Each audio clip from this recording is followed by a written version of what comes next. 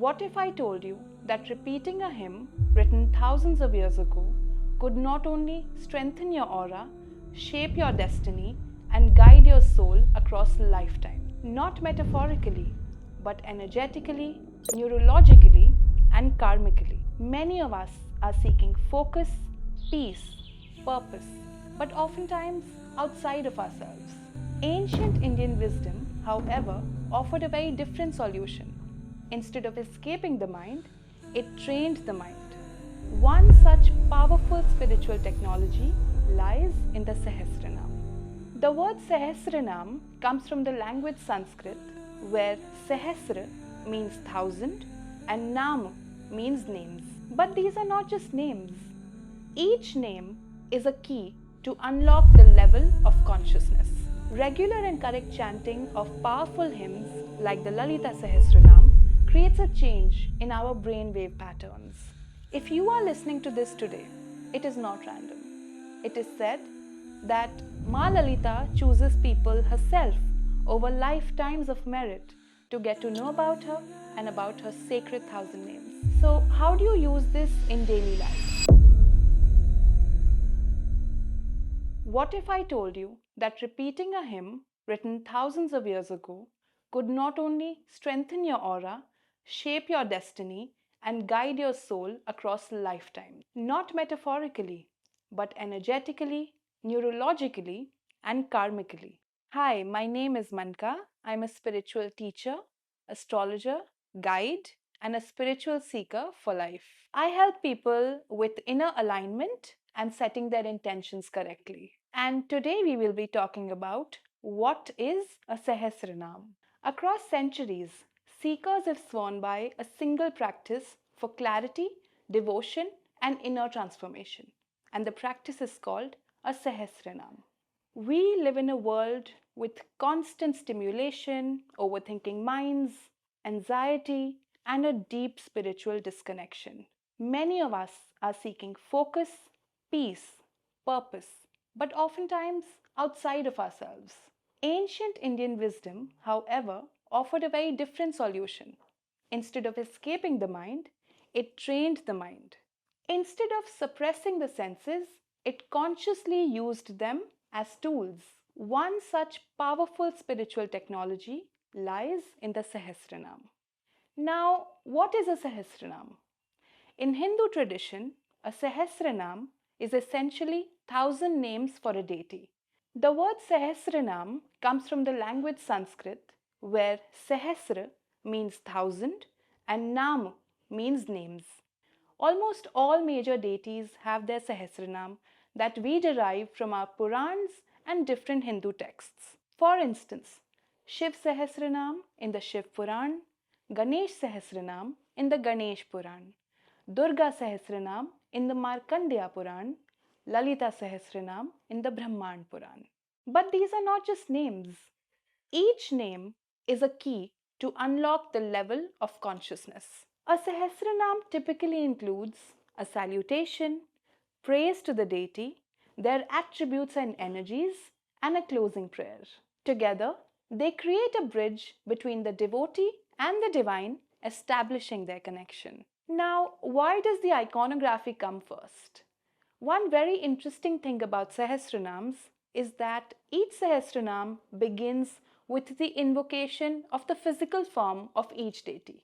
So, why do we focus on the physical form in a spiritual practice? Our ancient seers understood something that modern science confirms today. Out of our five senses, our eyesight is the first one to perceive. The mind needs a form before it can dissolve into the formless. This is why idols and images of deities were never meant to be symbols of worship alone. They were tools for inner alignment and anchors for awareness. Now, here's where ancient wisdom meets modern science. Over time, researchers began studying the effects of chanting on the brain, and what they found was something remarkable. Regular and correct chanting of powerful hymns like the Lalita Sahasranam creates a change in our brainwave patterns. So, from beta waves, we move to theta waves and eventually to gamma waves, which means we reach our peak performance stage. So we are moving from stress, restlessness, analysis to a more meditative state and eventually to an optimum state for our brain. The gamma wave supports high order thinking, sharper memory, faster learning, emotional regulation, and deeper states of clarity. This isn't just lab data. The results have been echoed by thousands of practitioners who've been chanting the Lalita Sahasranam consistently and devotedly for years. Hence, in my humble opinion, it's safe to say that practicing powerful hymns like the Lalita Sahasranam changes not only the world around you, but your instrument through which you see the world. So, why is the Lalita Sahasranam especially powerful? According to the Brahman Puran, the Lalita Sahasranam is one of the most extremely transcendent texts. It invokes goddess Lalita Tripur Sundari, the embodiment of divine feminine consciousness, not just as devotion, but as awakening.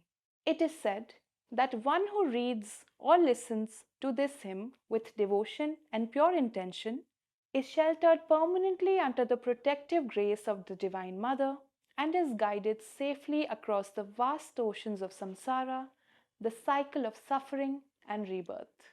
If you are listening to this today, it is not random. It is said that Ma Lalita chooses people herself over lifetimes of merit to get to know about her and about her sacred thousand names. And so, if you're watching this, you are meant to be. So, how do you use this in daily life? First, choose only one Sahasranam. Not the one that feels more powerful, not the one that everyone else is chanting, but the one you are quietly drawn to. Spiritual practices work through resonance, not force.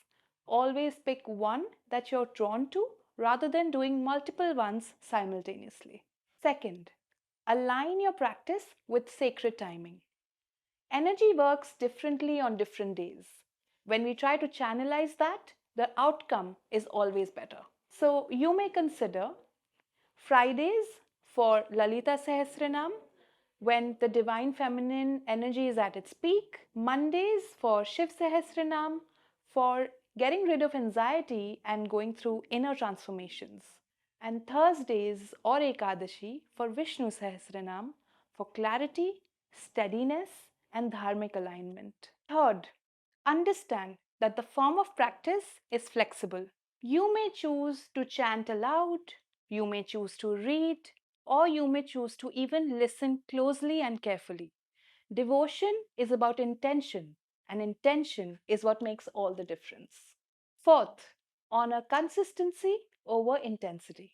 Don't just run to a deity when your life collapses. Build a connection that comes with inner meaning, true devotion, and just love for the deity. Let the practice become dependable, gentle, and familiar. And finally, shift how you see this practice. This is not a practice you do when you want to get something. This is a relationship you build inside you with the deity. It's a beautiful blossoming that comes together with devotion and intention. And the benefits, they unfold naturally, softly, gently, and beautifully in front of your eyes, often in ways that you don't expect. A Sahasranam is not about remembering thousand names of a deity. It's remembering yourself a thousand ways that you've forgotten.